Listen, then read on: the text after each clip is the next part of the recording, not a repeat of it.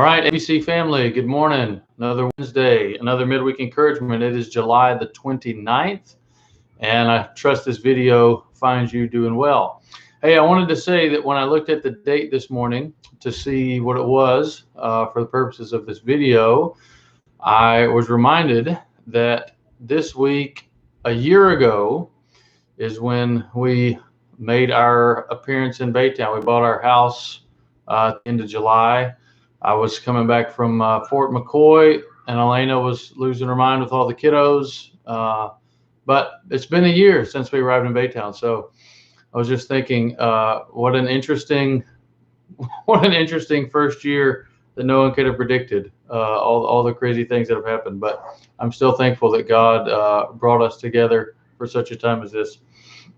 I want to mention one thing before I give you your encouragement for this week, and that is that our website and our email, so the office email at abcbaytown.org and my email, Justin at abcbaytown.org, haven't been working for about a week and a half or 2 weeks, something like that. And I just wanted to give a public shout out to Viandra. So when you see Viandra, thank her, or even better, send her an email to her email address that now works, office@abcbaytown.org, because she got us back up and running, and emails working again, websites up and running again. So thank you, Viandra, for doing all that.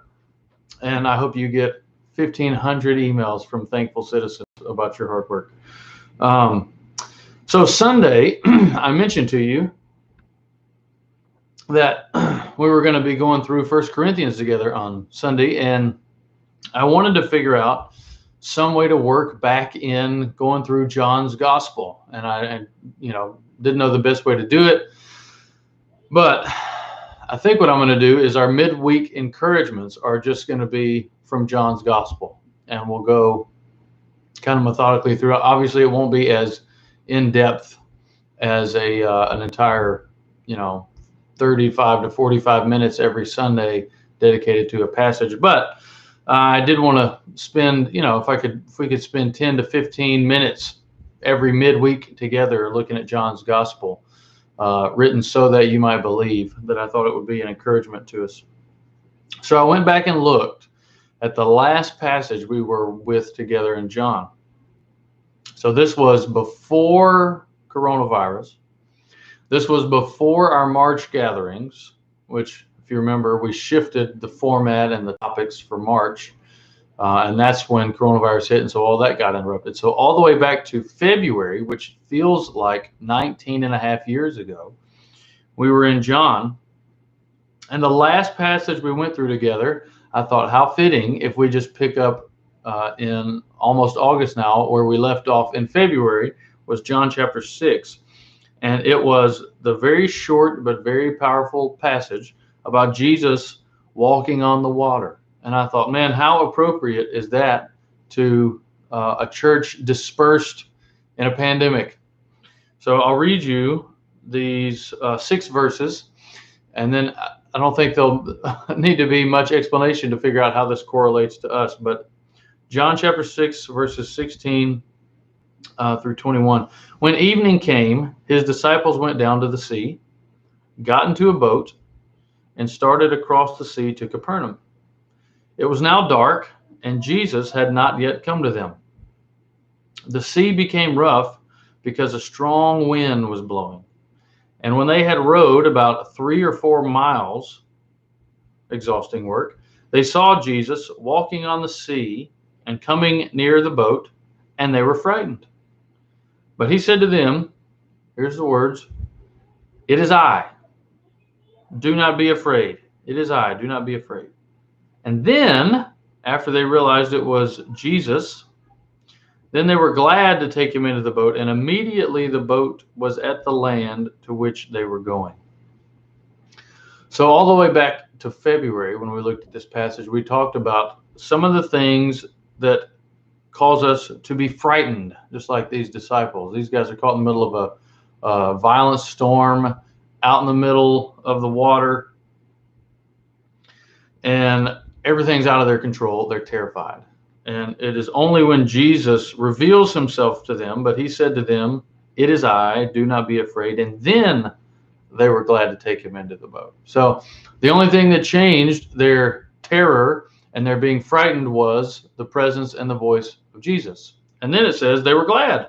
Then they were glad to take him into the boat, and immediately the boat was at the land to which they were going. So these guys on familiar territory, out in the water, they're fishermen. This storm rolls in and it throws everything out of control. They're rowing. They get 3 or 4 miles in tough winds, waves. And then after Jesus speaks, after they recognize him, immediately the boat was at the land to which they. So not only did the person in the presence of Jesus calm them, the storm in them, but it also calmed the storm that they were in the middle of. And they were glad, a change within themselves, and they arrived. The boat was at the land to which they were going.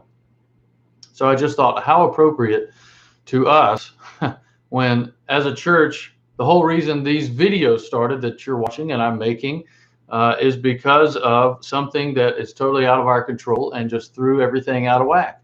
And it brought up and still brings up all these feelings of uncertainty, all these feelings of fear, all this anxiety, all this worry. And the title of that sermon back in February was From Worry to Worship. And so I just wanted to encourage you again with that idea of arguably more now than when we were together in February looking at this. We have, the world says, every reason to worry, right? Everything is out of our control. There's all these elements that we don't know how they're going to turn out. People around us are still, getting sick and struggling and having problems. And, we were on a prayer meeting call last night, and just to listen to people talk about some of the worries and the struggles they have related to the coronavirus or related to other things caused by the coronavirus, people being sick, how it affects work, how it affects families, all that is still a very real and a very present situation. So I wanted to encourage you that just as in verse 20 of John chapter 6, Jesus says to them, "It is I, do not be afraid," and his voice and his presence turn their worry into worship, that's still the formula for us. So run to Jesus, man. Run to Jesus in the middle of all this, because there's always has been, especially right now, you could argue, reason to be fearful. Except that we know the King of Kings. We know Jesus. We know who he is. He is with us. He will never leave us. He will never forsake us. All authority, he says, has been given to me, right? So we've got the God of all authority, of immeasurable love, grace, who promises to be with us through all this, and also was tempted in every way as we were, and yet was without sin. And he says, "It is I, do not be afraid." And then once they recognized him again, they were glad, and immediately the boat was at the land to which they were going. So all these circumstances, all these situations, all these variables are out of your control. They're out of my control, but they're not out of Jesus's control. And so John 6, Jesus walking on the water, is a good reminder for us that he's still there. He's still in control. And it's only his presence and his voice that changes us and the world around us. So run to him. And I'm going to continue to encourage us through these midweek videos. Your elders are going to continue to encourage you through our Ask the Elders segments. Sunday mornings as we gather virtually, still, we're going to continue to encourage you to go back to Jesus. So that is the aim that we've got. We're trying to point back to Jesus for all this stuff. So it is I, do not be afraid. Remember the voice and the words of Jesus. Hey, I wanted to say one more thing.